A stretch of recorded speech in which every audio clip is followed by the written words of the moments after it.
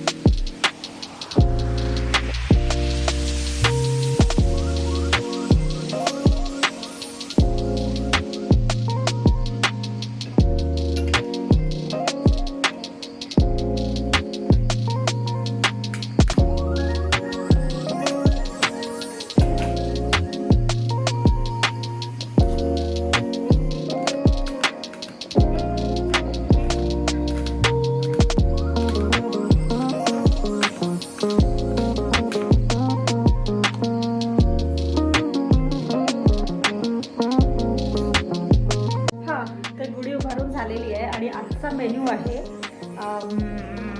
पुरी भाजी, श्रीखंड, भजे आणि भात, पापड पण. ठीक आहे. तर काळ्या चण्यांची भाजी करताय. तर हे सगळं भाजीचं प्रिपरेशन आणि भाजी.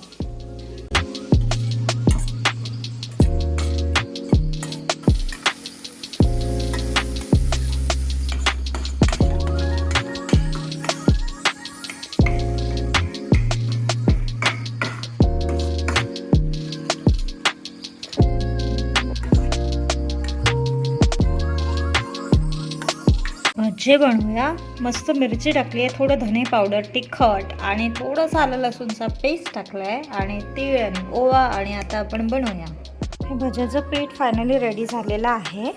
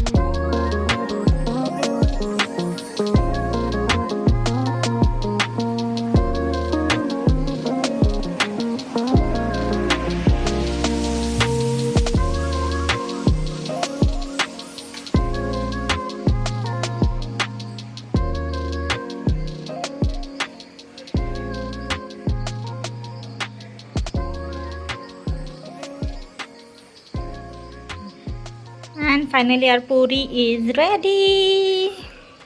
हे आहे आपलं ताट रेडी. पुरी, राईस, श्रीखंड, भाजी, पापड आणि भजे. येस.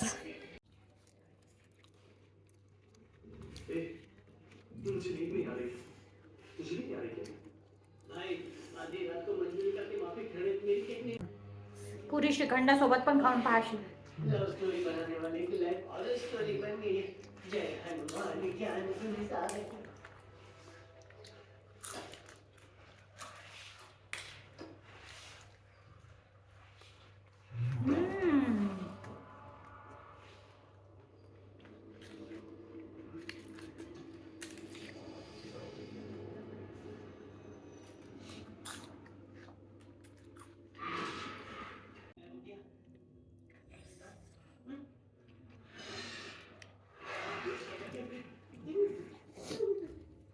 कुछ हुआ है? अम्मा मुझे सच में नहीं पता वहाँ क्या हुआ.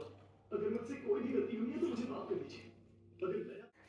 तर जेवण वगैरे छान झालेलं आहे. एकच नंबर सगळं झालं होतं मस्त आणि खूप मज्जा आली जेवण. आणि मी फार जास्त थकली आहे. तर पण मला असं वाटलं की थोडंसं काहीतरी शूट करूया.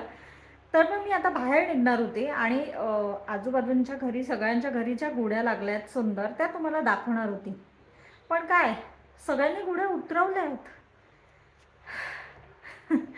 जसं की मी सांगितलेलं, आमच्या इथे असं सकाळी 10-11 वाजेपर्यंत वगैरे गुढी लावतात आणि संध्याकाळी सूर्य मावळ्याच्या आधी गुढी उतरवायची असते, असं माझ्याकडे होत असतं.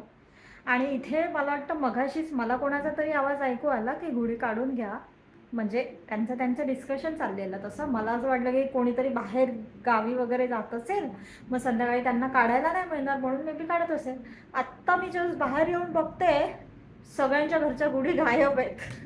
मला वाटलं की गॅलरीतून मी छान सुंदर कलरफुल गुढी दाखवणार, पण असं काहीच नाही होत आहे. ठीक आहे.